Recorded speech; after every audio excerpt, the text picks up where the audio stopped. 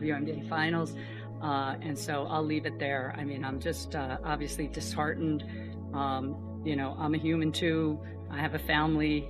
I have 2 kids who are devastated by these comments. And so all I'll say is just... Imagine walking into a room where you're the boss, but the person sitting across from you just signed a check worth more than your entire company's annual payroll. That is the exact nightmare WNBA Commissioner Cathy Engelbert is reportedly waking up to as Caitlin Clark continues to shatter every financial glass ceiling in professional sports.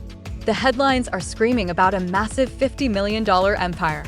And while the fans are cheering, the whispers coming out of the league's front office suggest a very different emotion: absolute rage. For decades, the WNBA operated under a specific set of rules where the league was the star and the players were lucky to be there. But Caitlin Clark didn't just break those rules. She set the entire playbook on fire. When the news broke that Gatorade was locking her down in a deal that looks more like a LeBron James contract than a rookie-rookie agreement, the balance of power in women's basketball shifted forever. But why would the commissioner be upset about success?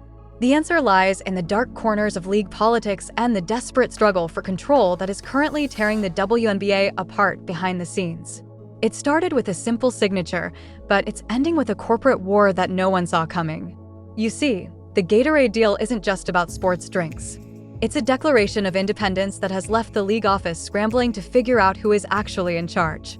While the public sees a rising star, the executives see a player who is becoming too big to fail and too rich to follow orders. The tension began the second the ink dried on a contract that reportedly dwarfs the combined salaries of almost every veteran in the league. This wasn't just a win for Caitlin. It was a wake-up call for a commissioner's office that has been accused of trying to keep the league's stars on a very short leash. But with $50 million on the line, that leash has officially snapped. The e-world of sports marketing has never seen anything like it, and the ripple effects are creating a massive divide between the new money face of the league and the old guard who feel like their territory is being invaded. There are rumors of emergency phone calls and high-level meetings where the primary topic wasn't how to grow the game, but how to handle the fact that one player now has more leverage than the entire front office combined. This is the story of how a single endorsement deal turned the WNBA into a powder keg, and why the woman at the top might be the one most afraid of the explosion. The Gatorade deal didn't just add zeros to Clark's bank account. It created a monumental problem for the WNBA's existing corporate structure. For years, the league has carefully curated which brands get access to their players, often taking a significant cut or ensuring that the league's interests come first. Then comes Caitlin Clark, a generational talent who didn't wait for the league's permission to become a global icon. When she teamed up with Gatorade, she wasn't just selling electrolytes. She was signaling to every other major brand that the WNBA's traditional power dynamics are dead. Industry insiders are suggesting that the commissioner's rage stems from the realization that the league can no longer dictate terms to its most valuable asset.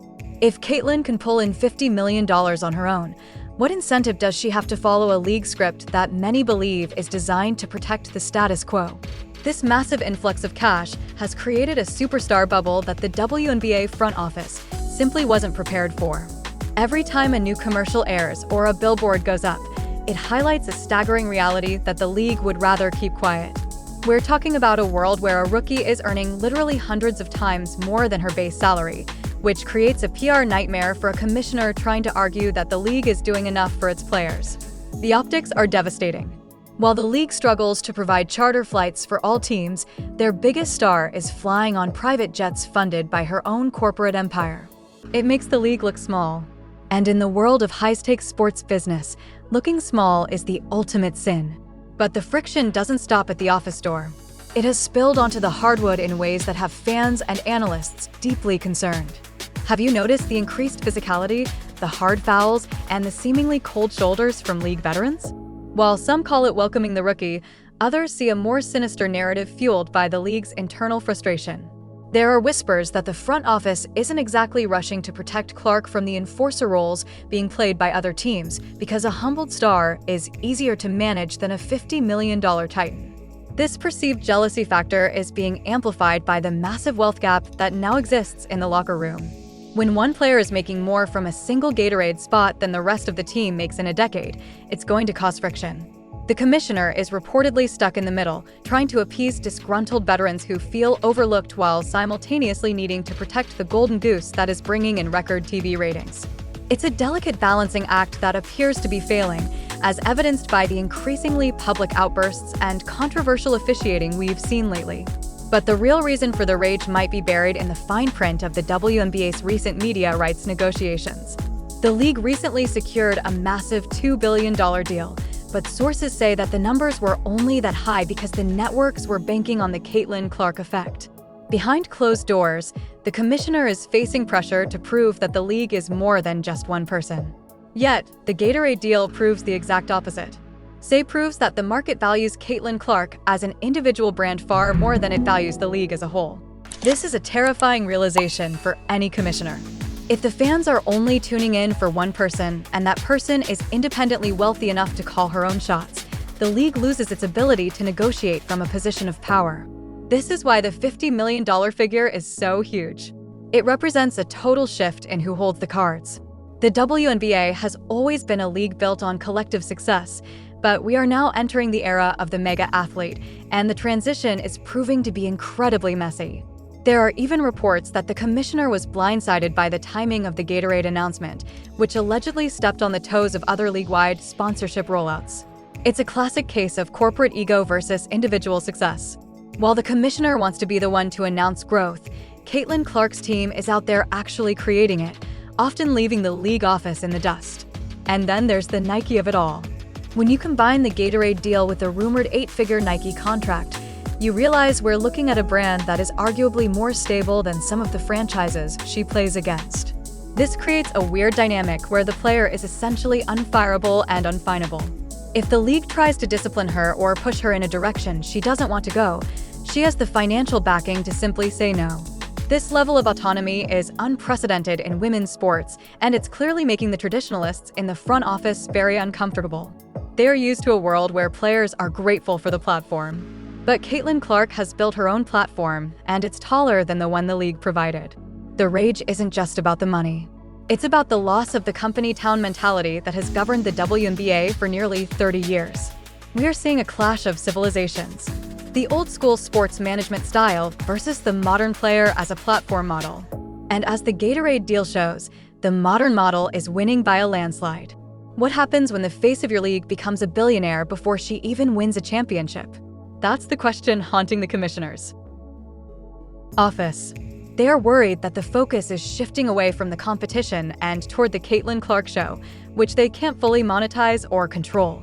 This frustration is reportedly boiling over into how the league schedules games and markets other players. There's a desperate attempt to force parity and make sure other stars get their shine, but the market keeps coming back to Clark. The Gatorade deal was the ultimate proof that you can't force the market to care about someone else when they've already picked their favorite. This has led to accusations that the commissioner is actually sabotaging Clark's momentum in small ways, like not intervening in the harsh treatment she receives on the court just to prove that she's still just a player. But $50 million says she's more than just a player. She's a corporate entity. And in America, you don't tell a corporate entity what to do. You ask for a meeting. The dynamic is so lopsided that even the hater narrative has become a source of revenue. Every time a veteran player takes a swipe at her or a commentator tries to downplay her achievements, it only drives more engagement, more sales, and more value to her Gatorade deal. The commissioner's rage might also stem from the fact that the league's own internal marketing budget is a fraction of what Gatorade is spending just to promote Caitlin. The player has more marketing muscle than the league office, which is a humiliating realization for any executive. It means the brand of the WNBA is being defined by a 22-year-old and a beverage company rather than the people hired to run the league. This leads to a massive question about the future. Will the commissioner try to change the league's rules to get a piece of the action? There is already talk about restructuring endorsement rules and how name, image, and likeness translates to the professional level, but any move to restrict Clark's earning power would likely result in a legal battle that the WNBA cannot afford. They're stuck in a golden cage. Caitlin is bringing in the money they desperately need, but she's doing it in a way that strips them of their authority. It's a be careful what you wish for scenario. The league wanted a superstar, but they got a supernova, and now they're worried about getting burned. The Gatorade deal is just the first of many massive dominoes to fall. As more brands realize that Clark is the ultimate cheat code for reaching a new audience, the deals are only going to get bigger and more frequent. This creates a snowball effect that is leaving the commissioner's office in a perpetual state of what do we do now? They are playing checkers while Caitlyn's team is playing high-stakes poker with the world's biggest corporations. The rumors of rage and frustration are likely just the tip of the iceberg. Behind the scenes, the battle for the soul of the WNBA is happening right now. And the $50 million Gatorade deal was the opening shot. The commissioner has to decide if she wants to be the person who facilitated the greatest era in women's sports history or the person who tried to stand in the way of a force of nature. For now, the rage is private. But as the stakes get higher, don't be surprised if the mask starts to slip. The league is changing. The money is flowing. And the old ways of doing business are being exposed as obsolete. Caitlin Clark isn't just playing basketball. She's leading a hostile takeover of the sports world, one Gatorade bottle at a time. And the commissioner. She might just be a spectator in her own league. This power struggle is far from over. But one thing is clear. The $50 million deal changed everything. And there is no going back to the way things were. The Caitlin Clark effect is no longer just a trend. It's a permanent realignment of the sports landscape that has the powers that be shaking in their boots. As we look ahead, the real test will be how the league handles the upcoming season. Will they embrace the Clark empire, or will they continue to let rage and ego dictate their decisions? The fans have already made their choice, and the brands have followed suit. Now the commissioner has to decide if she wants to join the future or get left in the past. It's a high-stakes game of chicken. And with $50 million in the bank, Caitlin Clark has a lot of room to drive. The WNBA is at a crossroads, and the direction they choose will define the next 50 years of the sport. Will it be a league of equals or a league built around a single unstoppable icon? The Gatorade deal has already answered that question for us, whether the commissioner likes it or not. The rage we're hearing about is the sound of an old system breaking down to make room for something new, something massive, and something that can't be stopped. So, the next time you see a Gatorade commercial featuring that famous number 22 jersey, remember that you're not just looking at an athlete. You're looking at the person who officially took the keys to the kingdom. And if the commissioner looks a little stressed in her next press conference, now you know exactly why. The game has changed, the players have changed, and the money has changed most of all. This is the era of Caitlin Clark, and the rest of the world, including the WNBA front office, is just living in it. The question isn't whether she's worth $50 million. The question is whether the league can handle the power that comes with it. As the tension continues to build, the only thing we can be sure of is that the shocking truth behind the scenes is even more dramatic than the action on the court. Stay tuned, because this story is just getting started, and the next chapter is likely to be even more exposed than the last. The rage is real. The deal is huge. And the WNBA will never be the same again. It's a fascinating look at what happens when disruption hits a traditional industry. And in this case, the disruption wears a fever jersey and has a deadly three-point shot. The world is watching, the cameras are rolling, and the $50 million check has been cashed. All that's left is to see who survives the fallout of the biggest deal in the history of women's sports. The commissioner might be fuming, but for the rest of us, it's the most exciting time to be a sports fan. The revolution is here, and it's being televised, sponsored, and revealed in ways we never thought possible. From the boardrooms to the locker rooms, the IA rage is palpable, but so is the potential. Whether this leads to a golden age or a civil war remains to be seen, but one thing is certain. Caitlin Clark has already won. The $50 million Gatorade deal was the ultimate power move that revealed the cracks in the WNBA's foundation. And now we wait to see if the league can rebuild before it's too late. The clock is ticking, the pressure is mounting, and the shocking reality of the new WNBA is finally coming to light. Is it a rage born of jealousy or a rage born of fear? Probably a little bit of both. But in the end, it doesn't matter what the commissioner thinks. It only matters what the fans want. And right now, the fans want Caitlin Clark, no matter the price tag. The huge news of the Gatorade deal is just the beginning of a story that will be told for generations. It's a story of shattering expectations, breaking the mold, and exposing the limits of the old guard. The WNBA is in the middle of a metamorphosis.